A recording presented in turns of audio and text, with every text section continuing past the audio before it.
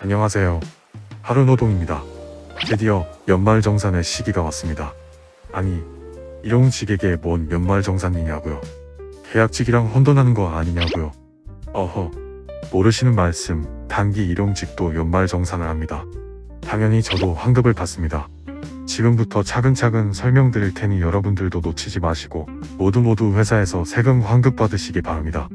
아참, 저는 쿠팡 물류센터에서 야간에 단기 일용직을 하고 있답니다. 일용직도 연말정산이 필요할까요? 해주기는 하는 걸까요? 몇 년 전까지만 해도 저도 연말정산은 하지 않았습니다. 아니, 못했죠. 안 되는 줄 알고. 하지만 작년부터는 달랐습니다. 저도 알아보고 이렇게 매년 연말정산 세금을 환급받고 있습니다. 물론 많은 분들이 그러실 겁니다. 나는 사무실 가서 물어보니까 단기는 그런 거 없다고 하던데? 그렇습니다. HR 사무실이나 인사과에 가서 물어보면 당연 그런 거 없다고 말합니다. 왜일까요? 잘 몰라서 그렇습니다. 아시다시피 쿠팡 물류센터 풀필먼트 사업체는 오래되지 않은 업체이고 직원들도 경력이 길지 않습니다. 또 사무직으로 뽑히는 인력들보다 물류센터 현장에서 일하다가 사무실로 올라가서 일하거나 혹은 알바로 일하면서 근무 시간에 자리 지키며 빈 사무실 지키는 일을 맡는 경우도 많습니다. 사무실 가서 물어본 여러분들의 상당수는 이런 분들에게 퇴짜를 맞았을 겁니다. 저도 좋은 기회에 이런 빈틈을 찾게 되었고 집요하게 파다보니까 가능하다는 것을 알게 되었습니다. 몇 년 전 HR에서 문자가 왔는데 이렇게 일반 근로자로 전환이 되었으니 연말정산할 수 있고 추가 자료를 제출할 것이 없으면 사무실에서 일괄 처리하겠다는 이야기였습니다. 일용직이라도 3개월 전까지는 일용직 근로자로 처리가 되고 3개월부터는 일반 근로자로 전환되며 세금 관계가 달라진다는 말이겠지요. 점점 복잡해지네요. 지지난 해까지만 해도 일용직은 그냥 연말정산을 하지 않아도 되었었어요. 재작년부터 일용직 하루급여에서 소득세가 빠지기 시작하더니 3개월 이후 일반 근로자로 전환이 되는 법률이 생긴 것 같습니다. 아무튼 회사에서 일일급여에서 소득세를 일단 떼어가고 차후에 이렇게 연말정산을 통해서 기타 증빙 자료 등을 업로드해서 정확히 제가 내야 할 세금을 계산하면 6월쯤에 내가 세금을 더 내야 하는지 덜 내도 되는지를 계산하고 회사에서 정산을 해주게 되겠죠. 하지만 이때 스스로 자신의 상황에 맞는 지출 증빙 서류를 제출하지 않고 그냥 회사에서 해주는 대로 그냥 자동 정산되기를 기다리신다면 2월에 추가로 세금을 내야 하는 상황이 생기게 됩니다. 돈을 뱉어내야 하는 것이죠. 가족 부양을 하고 계시거나 고령의 부모님을 모시고 계시다면 꼭 추가 서류 신고를 하셔야 환급받을 가능성이 커집니다. 그 외에도 여러가지 조건들에 따라서 세금 혜택을 받게 되니 꼭 확인하시고 가능한 증빙 서류를 제출해야 세금을 환급받게 됩니다. 저 같은 경우는 처음엔 몇만원 정도 환급받는다고 문자가 오기도 하다가 또 어떤 때는 3에서 40만원을 더 내야 한다고 문자가 오는 때는 있습니다. 하지만 이런 때도 제가 인사과를 통해서 메타 프로그램에 들어가서 증빙 서류들을 제출하면 40만원에 가까운 세금을 돌려받았습니다. 계산해보니 1년 동안 매일 떼어갔던 소득세를 그대로 다시 돌려받는다고 보시면 됩니다. 그 금액은 개인의 재산과 가정 환경에 따라 다르긴 할 겁니다. 가족 부양을 하고 계시거나 고령의 부모님을 모시고 계시다면 꼭 추가 서류 신고를 하셔야 환급받을 가능성이 커집니다. 그 외에도 여러가지 조건들에 따라서 세금 혜택을 받게 되니 꼭 확인하시기 바랍니다. 우선 쿠팡에선 우선 1월까지는 정규직이나 계약직을 해 연말정산을 진행합니다. 우리 같은 단기 일용직은 그 다음에 2월부터 사무실 방문하라고 하더군요.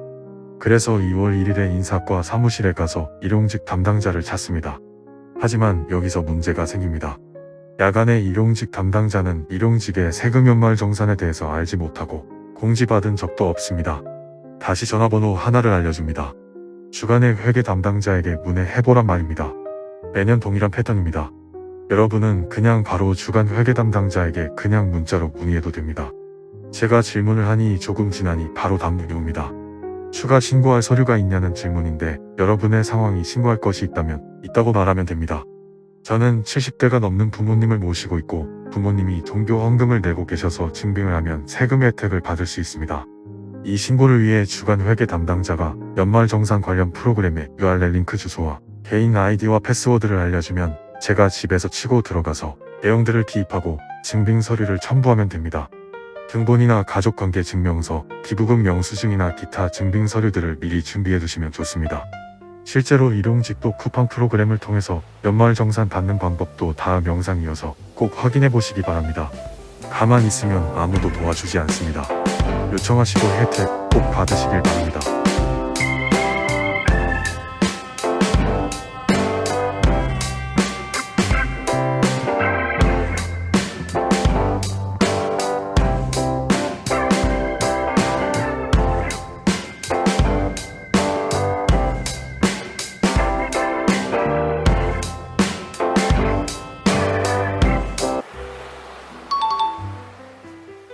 실제로 단기 일용직 여러분들도 연말 정산을 받으려고 인사과나 HR의 문에 해본 분은 많으실 겁니다.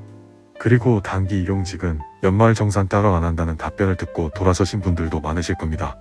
하지만 그러신 모든 분들도 저처럼 주간 파트 회계 담당자에게 낮 시간에 문자 주셔서 물어보시면 긍정적인 답을 얻으실 겁니다. 과연 회계 담당자는 다르게 이야기하는구나 아실 겁니다. 사실상 일용직은 한 달에 8일 이상 근무하면 4대 보험을 떼게 되는 거, 3개월 이상 근무를 하면 일용직 근로자에서 상용 근로자로 전환이 됩니다. 이런 분들은 일용직임에도 매일 들어오는 하루 급여에서 보험료와 소득세가 매일 빠지는 것도 경험해 보셨을 거고요. 이 모든 세금을 다시 돌려받을 수 있다면 안 할 이유가 없겠죠. 쿠팡에서는 메타페이라는 프로그램을 통해서 연말 정산을 진행하게 되어 있습니다. 이전에는 홈택스에 들어가서 제가 스스로 할 수 있는지 봤었는데 제 쿠팡에서의 작년 급여가 뜨지 않더라고요. 그래서 쿠팡에서 이걸 처리를 해줘야 하는구나 생각했습니다. 쿠팡에서는 1월에 계약직들 연말 정산을 먼저 하고 그 다음 2월에 일용직들의 연말 정산을 처리해주고 있습니다. 저는 연금소득만 있으신 부모님과 함께 살고 있기에 부양가족의 인적 공제가 들어가면 세금 혜택을 받게 됩니다. 주변에 일하는 동료들에게 물어보니 추가 신고할 게 없어서 별다른 신고를 하지 않는다고 하더군요. 저는 이번에 연말 정산을 하면서 저의 작년 소득을 알 수 있었습니다. 저의 작년에 거의 평균적으로 한 달에 17일에서 19일 정도씩 일한 것 같습니다. 첫 번째 입사할 때는 20일 이상씩 했었는데 두 번째 입사할 때는 좀 편한 생각으로 프리하게 일한 것 같습니다. 일용직 소득은 2,700만 원이 조금 안 됐습니다. 이 중에서 3개월은 일용직으로 그 이후는 일반 근로자로 전환된 것을 확인할 수 있었습니다. 일반 근로자로 전환되면서 무엇이 어떻게 달라지는지 다음번에 다시 한번 이야기해 보겠습니다. 연말 정산에서는 세금 공제를 높이는 것이 세금 환급액을 늘리는 별세 방법이기도 합니다. 참고적으로 말씀드리면 연금저축가입이나 신용카드 사용, 부양가족 등의 인적 공제, 의료비 등의 사용이 총급여에 대한 공제액을 높여주는 방법이기도 합니다. 연금저축 등의 가입으로 납입액의 16.5% 공제가 가능합니다. 세금 환급은 최대 66만원까지라고 합니다. 신용카드는 총 급여액의 25% 이상을 사용하는 금액의 15% 또는 30%를 공제해줍니다. 부양가족은 1인당 150만원의 공제가 가능합니다. 저 역시 양친 모두 건강하시기에 신고를 추가했습니다. 단 연간 소득이 100만원 이하인 가족이 부양가족 신고가 가능하다는 점 유의하셔야 합니다. 마지막으로 의료비는 총급여의 3%를 초과하는 금액을 공제해주니까 가족 중에 맞벌이를 하신다면 소득이 적은 분이 의료비 신고를 몰아서 하는 것이 유리하겠습니다. 채널에서 여러분들의 계약직, 일용직 분들의 상황을 커뮤니티에서 해보았습니다. 아마 보신 분들도 있겠지만 결과는 계약직인데도 연말 정산을 안 하시는 분들도 있고 일용직 분들 중에도 연말 정산을 하고 계신 분들도 많으셨네요. 실제로 사무실에 문의해서 무지한 직원들의 대처로 한두 번 거절받으면 다시 문의할 생각이 사라지게 됩니다. 그럴 때는 계속 그곳에 묻지 마시고 주간이나 혹은 다른 루트를 찾아서 문의를 해보시길 바랍니다. 가만히 있으면 아무도 도와주지 않습니다. 요청하시고 혜택 꼭 받으시길 바랍니다.